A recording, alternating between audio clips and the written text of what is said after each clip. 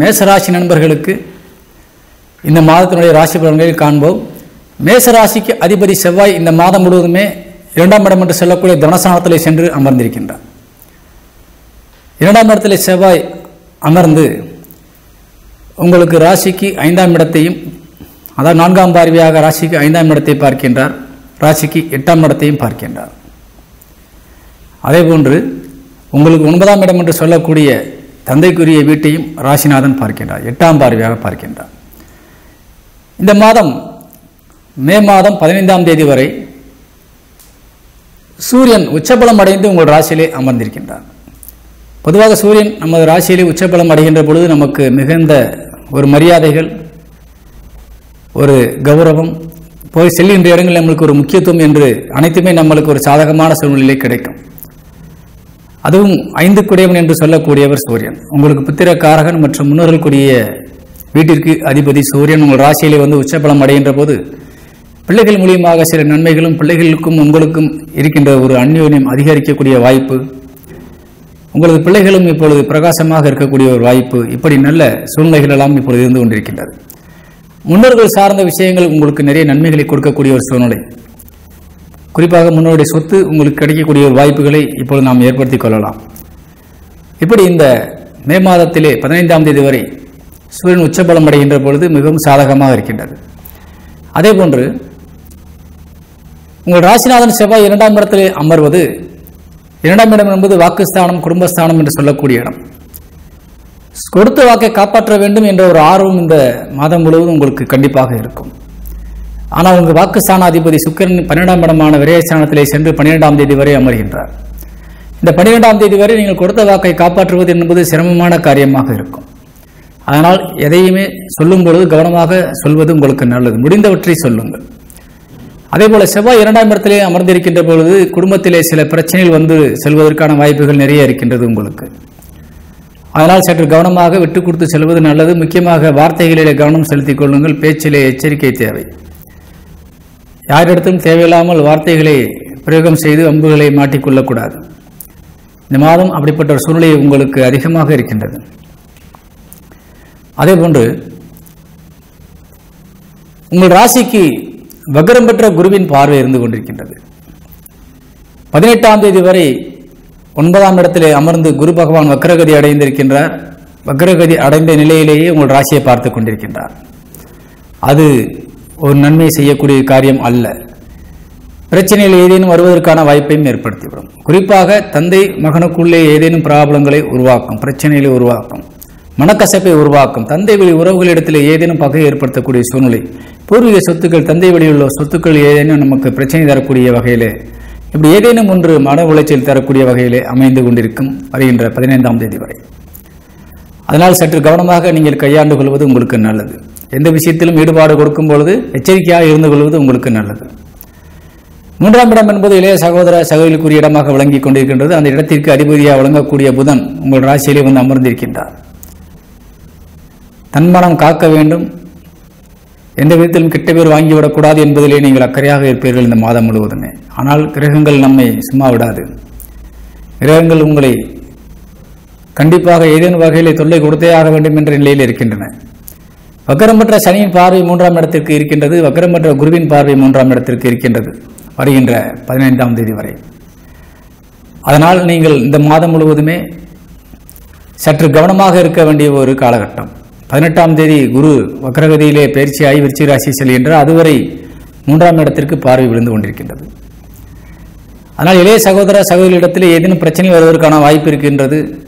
பூர்வீக சொத்துக்கள் ஏதேனும் பிரிக்கக்கூடிய சூழ்நிலை உள்ளவர்கள், தம்பி தங்கைகளுக்கு கொடுக்க வேண்டிய சூழ்நிலை உள்ளவர்களுக்கெல்லாம் இப்பொழுது ப்ராப்ளம் அதிகமாக இருக்கின்றது. நேரங்கள் கொஞ்சம் சரியில்லாமல் இருக்கின்றது.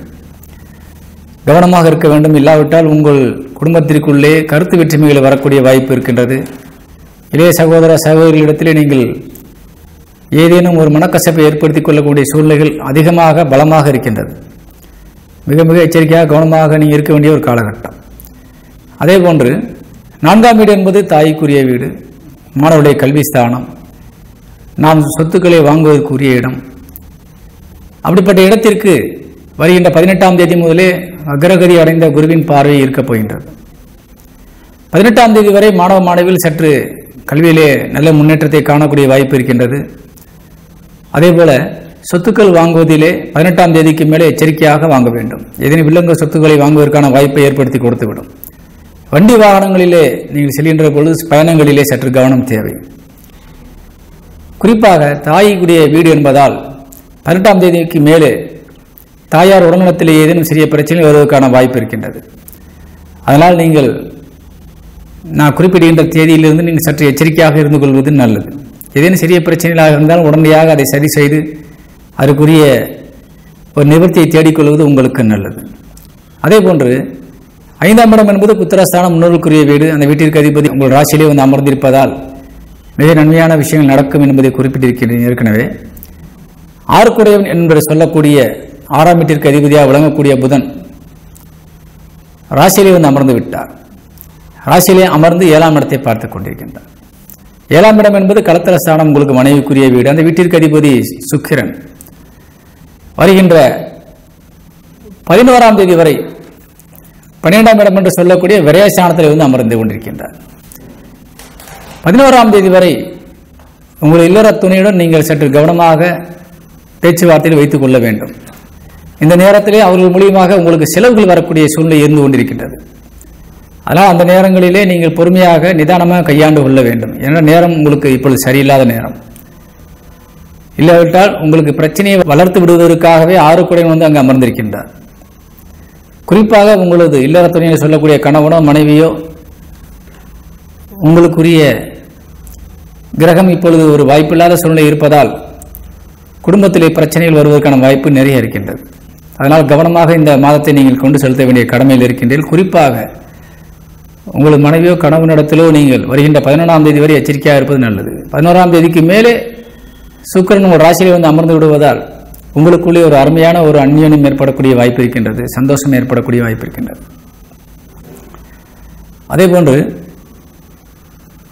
8 என்று சொல்லக்கூடிய ஆயுள் ஸ்தானாதிபதியும் செவ்வாய் தான். 8 தனஸ்தானத்தில் இருந்து 8ஆம் இடத்தை பார்க்கின்றார். 8ஆம் இடம் வலிமை அடைகின்றது. 8ஆம் இடம் வலிமை அடைகின்ற பொழுது எப்பொழுதுமே பிரச்சனைகள் கொஞ்சம் அதிகரிக்கும், மன உளைச்சல் அதிகரிக்கும். இந்த மாதம் 8ஆம் இடம் 6ஆம் இடம் வலிமை அடைகின்றது. ஏனென்றால் வக்ரம் பெற்ற சனியால் 6ஆம் இடம் பார்க்கப்படுகின்றது. அது நல்லது அல்ல. அதே போன்று சுக்கிரன் விரயஸ்தானத்திலே உச்சபலம் அடைந்து 6ஆம் இடத்தை பார்க்கின்றார். அதுவும் நல்லதல்ல. அதனால் இந்த மாதம் முழுவதுமே நீங்கள் கவனமாக கொண்டு செலுத்த வேண்டிய ஒரு மாதம், வீண் செலவுகளை தவிர்க்க வேண்டிய மாதம். தேவையில்லாதவர்களுக்கு உங்களை இருப்புகளை கொடுத்து காலி செய்யக்கூடிய ஒரு சூழ்நிலை இருக்கின்றது. பிரயோஜனமற்றவர்களுக்கு பணத்தை கொடுத்து ஏமாந்து விடக்கூடாது. நம்பி ஏதேனும் மோசம் போகக்கூடிய வாய்ப்பும் இந்த மாதத்தில் இருக்கின்றது. அதனால் யாரிடத்திலே கொடுக்கின்றோம் என்பதில் எச்சரிக்கையாக இருக்க வேண்டும். எவ்வளவு கொடுக்க வேண்டும் என்பதிலே எச்சரிக்கையாக இருக்க வேண்டும். எவ்வளவு வந்திருக்கின்றது என்றால் அது கணக்கை பார்க்காமல் கொடுத்து விட்டால் அந்த கணக்கிலே நீங்கள் நிச்சயமாக ஏமாற்றத்தை காணக்கூடிய சூழ்நிலை இந்த மாதத்திலே உங்களுக்கு இருக்கின்றது. கவனமாக இருக்க வேண்டும். ஆயுள் என்பது இந்த மாதம் உங்களுக்கு ஒரு சிறப்பான நிலையில் இருந்தாலும் 8ஆம் இடத்திற்கு செவ்வாயின் பார்வைப்படுவது நல்லதல்ல. அதனால் சற்று பயணங்களிலே கவனம் தேவை. தெய்வ வழிபாட்டிற்கு முக்கியத்துவம் கொடுக்க வேண்டும். 9ஆம் இடத்திலே சனி வக்ரகதி அடைந்து உட்கார்ந்திருக்கின்றார். குருவும் 18ஆம் தேதி வரை வக்ரகதி அடைந்து அங்கேயே அமர்ந்திருக்கின்றார். தந்தைக்குரிய கிரகம் அங்கேயே வக்ரகதி அடைகின்றது. வக்ரகதி அடைவது நல்லதல்ல. 9ஆம் வீட்டிலே மேசராசியைச் சேர்ந்த நண்பர்களுடைய தகப்பனார்களுக்கு நீங்கள் சற்று கவனமாக கண்காணித்துக் கொள்வது நல்லது. அவர்களுக்கு ஏதும் உடல் நலத்திலே ஏதேனும் பிரச்சனைகள் வரலாம், அல்லது அவர்களுக்கு ஏதேனும் வெளி வட்டாரங்களிலிருந்து பிரச்சனைகள் வரலாம். இப்படி மன உளைச்சலுக்கு அவர்கள் ஆளாகக்கூடிய வாய்ப்பு நிறைய இருக்கின்றது. இப்படி போன்ற நேரங்களிலே நீங்கள் அவர்களுக்கு ஆதரவாக இருந்து ஒரு ஒத்துழைப்பு கொடுத்து அவர்களை கண்காணித்து அவர்களுக்கு தேவையான உதவிகளை செய்வது உங்களுக்கு கடமையாகும். அதனால் 9ஆம் இடம் இப்பொழுது பாடுபட்டு கிடக்கின்றது. குலதெய்வத்தினுடைய அனுகிரகமே இப்பொழுது இல்லாமல் சூழ்நிலை போய்விட்டது. அதனால் இந்த நேரங்களிலே குலதெய்வ வழிபாடை கையில் எடுத்துக் கொள்ள வேண்டும். தெய்வ வழிபாடுகளை கையில் எடுத்துக் கொள்வது உங்களுக்கு ரொம்ப சிறப்பு. 10ஆம் இடத்திற்கு அதிபதியாக வழங்கக்கூடிய சனி பகவான் வக்ரகதி அடைந்து 9ஆம் இடத்திலே இருக்கின்றார். அதாவது பூர்வீக தொழில் செய்பவர்களுக்கெல்லாம் சற்று பிரச்சனைக்குரிய நேரமாக விளங்கிக் கொண்டிருக்கின்றது. அதேபோன்று லாபஸ்தானத்தை 3ஆம் பார்வையாக சனி பார்க்கின்றார். வக்ரகதி அடைந்து பார்க்கின்றார். தொழிலே நீங்கள் எந்த தொழில் யாராக இருந்தாலும் சரி, தொழில் சார்ந்து அனைவருமே உள்ளூர் வெளியூர் வெளிநாடுகளில் இருக்கின்ற நண்பர்கள் அனைவருமே தொழில் சார்ந்து நீங்கள் எடுக்கின்ற முயற்சியில் கிடைக்கக்கூடிய பயன் உழைக்கின்ற உழைப்பிற்கு கிடைக்கக்கூடிய கூலி, அந்த வருமானம் என்பது இந்த மாதம் உங்களுக்கு மன நிறைவற்ற சூழ்நிலையிலே அமைய வாய்ப்பிருக்கின்றது. முழுமையாக கிடைக்காமல் ஒரு பகுதியாக கிடைக்கக்கூடிய வாய்ப்பு அதிகமாக இருக்கின்றது. அப்படியே நீங்கள் பணம் பெற்றாலும் கூட அந்த பணத்தை நல்ல நிலைமையிலே செலவு செய்வதற்கான வாய்ப்பும் இல்லாமல் போகின்றது. இப்படி ஒரு பல வகையிலே ஒரு பிரச்சனையை கொடுக்கக்கூடிய ஒரு மாதமாக இந்த மாதம் விளங்கிக் கொண்டிருக்கின்றது. அதனால் சற்று கவனமாக நீங்கள் பயணங்களை மேற்கொள்ள வேண்டும். எந்த விதத்திற்காக நாம் எந்த ஒரு காரியத்திற்காக செயலிலே ஆற்றினாலும் கவனமாக இருந்து செயலாற்றிக் கொள்வது உங்களுக்கு நல்லது. முக்கியமாக முதலீட்டாளர்கள் முதலீடுகளை செய்யும் பொழுது தொழில் சார்ந்து நீங்கள் வியாபார ரீதியாகவும் சரி, தொழிலுக்காகவும் சரி, தொழிலை உருவாக்கம் செய்வதற்காகவும் சரி, முதலீடுகளை செய்யும் போது கவனமாக இருக்க வேண்டும். சரியான அளவிலே முதலீடு செய்கின்றோமா, வீணாக பணத்தை ஏதும் இழக்கின்றோமா என்பதிலே கவனமாக இல்லாவிட்டால் நிச்சயமாக நீங்கள் ஏமாற்றப்படுவதை தடுக்க முடியாது. கவனமாக இருப்பது உங்களுக்கு மிக மிக நல்லது. எதிர்பார்த்த அளவு நன்மைகள் கிடைப்பதும் சற்று கடினமாக இருக்கும். காலங்கள் நேரங்கள் நமக்கு சரியில்லாத நேரங்களில் நாம் கவனமாக நிதானமாக பயணங்களை மேற்கொள்ள வேண்டும். அப்பொழுது நாம் வெற்றி பெறலாம். அகல கால் வைத்து விடக்கூடாது. தொழிலும் நடக்க வேண்டும், முதலீடும் செய்ய வேண்டும். அளவோடு செய்து நிதானமாக சென்று தொழிலை நடத்தி கொள்ள வேண்டும். பேராசைப்பட்டு அகலக்கால் வைத்து எந்த விதத்திலும் நீங்கள் பாதிக்கப்படுவதை தவிர்க்க முடியாத சூழ்நிலை ஆகிவிடும். அதனால் முன்னெச்சரிக்கையாக நான் கூறுவதை சற்று கவனத்தில் கொண்டு நீங்கள் சரியாக நான் சொல்லுகின்ற வகையில் பயணித்தால் நிச்சயமாக வெற்றி உறுதி உங்களுக்கு. அதுபோல 11ஆம் இடம் என்பது மூத்த சகோதர சகோதரிக்குரிய இடம், நம்முடைய லாபஸ்தானம். அந்த லாபஸ்தானாதிபதி வக்ரகதி அடைந்து உட்கார்ந்திருக்கின்றார் 9ஆம் இடத்துல. அதனால் குடும்பத்திலே உங்கள் மூத்த சகோதர சகோதரிகளுக்கும் தந்தைக்கும் பிரச்சனை வருவதற்கான வாய்ப்பு இருக்கின்றது, அல்லது தந்தை வழி உறவுகளிடத்தில் பிரச்சனை வருவதற்கான வாய்ப்பு இருக்கின்றது. அதே நேரத்திலே அவர்களும் சில நேரங்களில் உடல்நிலை பாதிக்கப்படக்கூடிய சூழ்நிலையும் இருக்கின்றது. மூத்த சகோதர சகோதரிகள் ஏதேனும் உடல்நலக் கோளாறுகளுக்கு உள்ளாகக்கூடிய சூழ்நிலையும் ஏற்பட்டிருக்கின்றது. அதனால் கவனமாக இருக்க வேண்டும். அதே போன்று தெய்வ வழிபாட்டிற்கு முக்கியத்துவம் கொடுக்க வேண்டும். 12ஆம் இடம் என்பது ரேஸ்தானம், அயன சயன சுகஸ்தானம் என்று சொல்லுவோம். வெளிநாடு யோகத்தை தரக்கூடிய ஒரு இடம். அந்த இடத்திற்கு அதிபதி குரு வக்ரகதி அடைந்து சனியோடு இணைந்திருக்கின்றார். சனி வக்ரகதி அடைந்து 6ஆம் இடத்தை பார்க்கின்றார். இந்த நேரங்களிலே வெளிநாடுகளுக்கு செல்வதற்காக பணம் கொடுத்து காத்திருக்கின்ற நண்பர்கள் சற்று கவனமாக இருக்க வேண்டும். யாரிடத்தையும் பணம் கொடுத்து ஏமாறக்கூடாது. ஒரு சூழ்நிலைகள் சரியில்லாத நேரத்திலே நாம் ரொம்ப எச்சரிக்கையாக இருக்க வேண்டும் என்பதற்காக இதை முன்கூட்டியே சொல்லி வருகின்றோம். அதுபோல் வெளிநாட்டில் இருக்கின்ற நம்ம சொந்தங்கள் மன உளைச்சலுக்கும் மன கவலைகளுக்கும் ஆளாக வேண்டிய சூழ்நிலை ஏற்படக்கூடிய வாய்ப்பு நிறைய இருக்கின்றது. அதனால் இந்த மாதம் முழுவதும் கவனமாக இருக்க வேண்டும். இருந்தால்தான் நாம் சிறந்த பயணத்தை மேற்கொள்ள முடியும். அப்படியால் இந்த மாதம் நாம் எப்படி தவிர்ப்பது, என்ன தெய்வத்தை வழிபாடு செய்ய வேண்டும், என்ன தெய்வம் வழிபாடு செய்தால் நாம் ஒரு நல்ல நிலைமையிலே மாற முடியும் என்பதை பார்க்க வேண்டும். அப்படி பார்க்கின்ற பொழுது இந்த மாதம் நீங்கள் கவனமாக வழிபாடு செய்ய வேண்டிய கிரகங்களுக்கு சனிக்கும் குருவுக்கும் வழிபாடு செய்ய வேண்டும். சனி பகவான் நவகிரகத்திலே சனிக்கு விளக்கேற்றி வழிபாடு செய்வது உங்களுக்கு மிக யோகத்தை தரும்.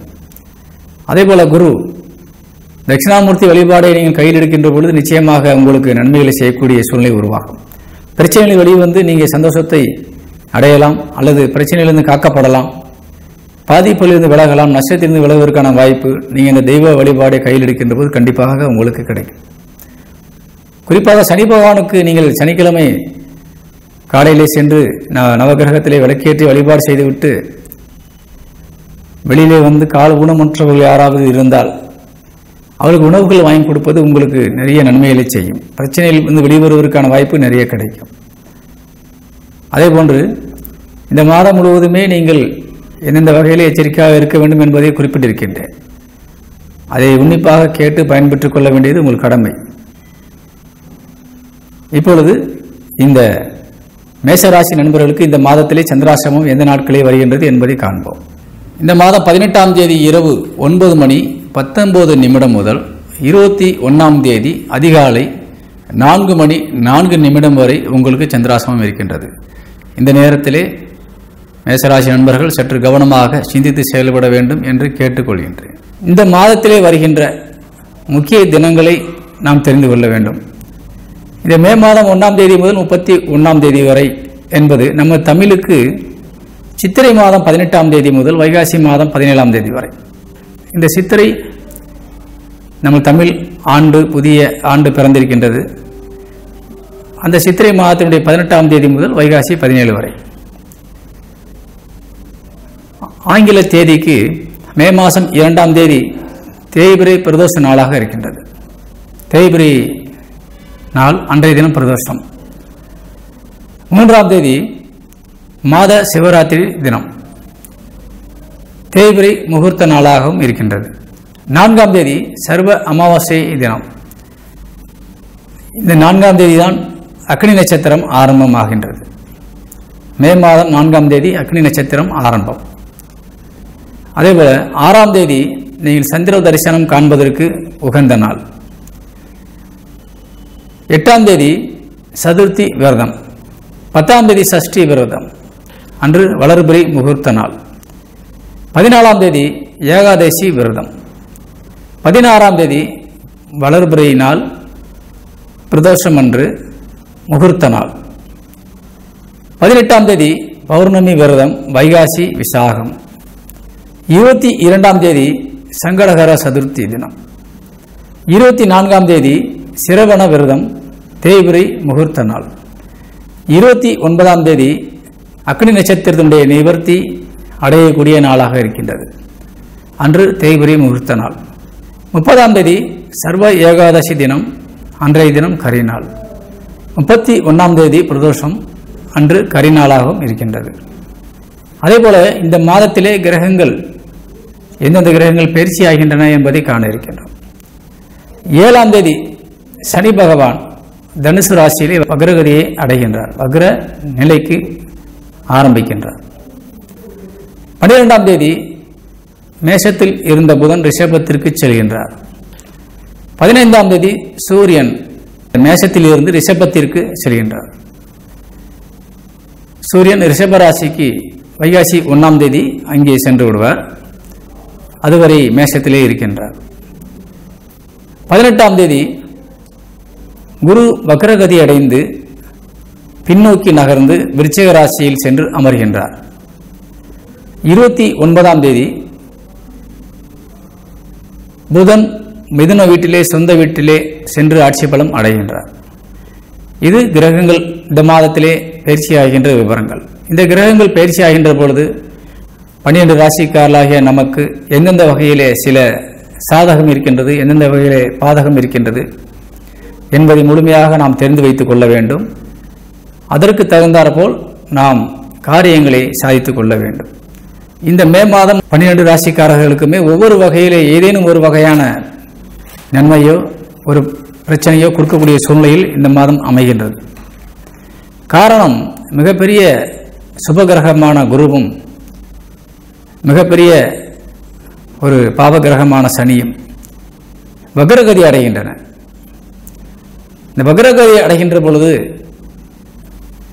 இந்த சனிக்கும் குருவுக்கும் தொடர்பு கொண்ட ராசியில் உள்ளவர்கள் அனைவருமே அதிகமாக சில நேரங்களிலே ஏதேனும் ஒரு பிரச்சனையிலோ மாட்டக்கூடிய சூழ்நிலையோ அல்லது ஏதேனும் வகையிலே நீங்கள் பாதிப்பு அடையக்கூடிய சூழ்நிலையிலோ இந்த மாதம் அமைகின்றது.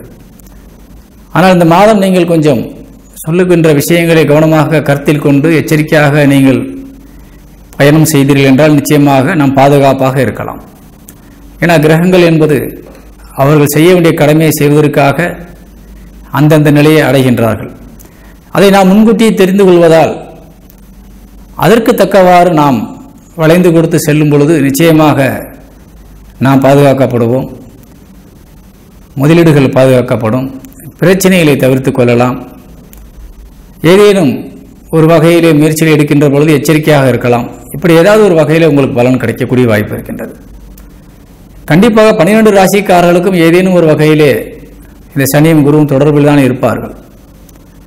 அதனால் நிச்சயமாக அனைவருமே நீங்கள் இந்த மாத ராசி பலனை கருத்திலே கொள்ள வேண்டும், கவனமாக இருக்க வேண்டும். அதேபோன்று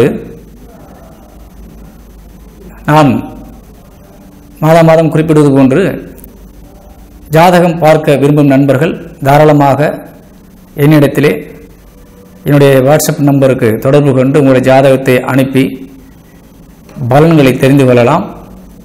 காணிக்கை விவரங்கள் எவ்வளவு என்பதை நீங்கள் ஃபோனிலே தொடர்பு கொண்டு கேட்டுக்கொள்ளுங்கள்.